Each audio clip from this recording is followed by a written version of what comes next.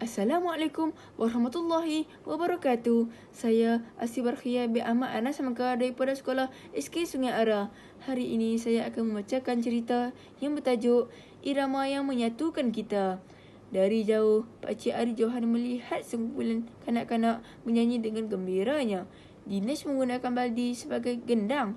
Izwan pula beraksi mengetuk tintin susu dengan sebatang kayu. Merlin dengan bergayanya meniup batang buluh yang dijadikan serunai. Pakcik Adi Johan menghampiri mereka. Wah, nampaknya kamu semua begitu gembira. Mahukah Pakcik ajar kamu semua bermain alat muzik yang sebenar? Tanya Pakcik Adi Johan. Mereka bertiga berhenti sejenak dan memandang Pakcik Adi Johan seolah-olah tidak percaya. Pakcik sebenarnya seorang guru muzik. Kalau kamu semua mahu, boleh Pakcik ajar kamu bertiga bermain angklung, kata Pakcik Ari Johan lagi. Pelawaan Pakcik Ari Johan diterima oleh mereka dengan hati yang gembira. Mereka tidak menyangka bahawa ada yang memperhatikan mereka selama ini. Selepas ini, mereka akan mempelajari muzik secara formal. Walau bagaimanapun, pengalaman bermain muzik dengan bahan terpakai tidak akan dilupakan oleh mereka. Menurut Pakcik Ari Johan, muzik antara medium untuk memupuk semangat perpaduan. Beliau menjadikan penyanyi Allahyarham Datuk Sudirman bin Haji Arsyad sebagai contoh.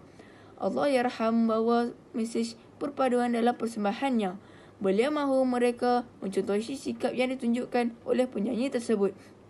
Angklung diperbuat daripada buluh. Alat muzik ini dikategorikan sebagai Indiofon, iaitu muzik yang terhasil daripada bunyi getaran.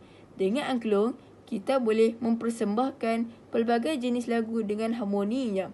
Jelas Pakcik Adi Johan. Mereka bertiga belajar bermain angklung dengan bersungguh-sungguh. Pada mulanya, mereka tidak begitu mahir, tetapi mereka tidak berputus asa. Lama-kelamaan, mereka dapat bermain angklung dengan mantapnya. Setelah mereka benar-benar mahir bermain, Pakcik Adi Johan telah membawa mereka membuat persembahan di serata tempat. Dalam persembahannya, mereka membuatkan lagu-lagu pelbagai kaum di Malaysia. Persembahannya mereka amat menghiburkan. Akhir kata daripada saya, sekian.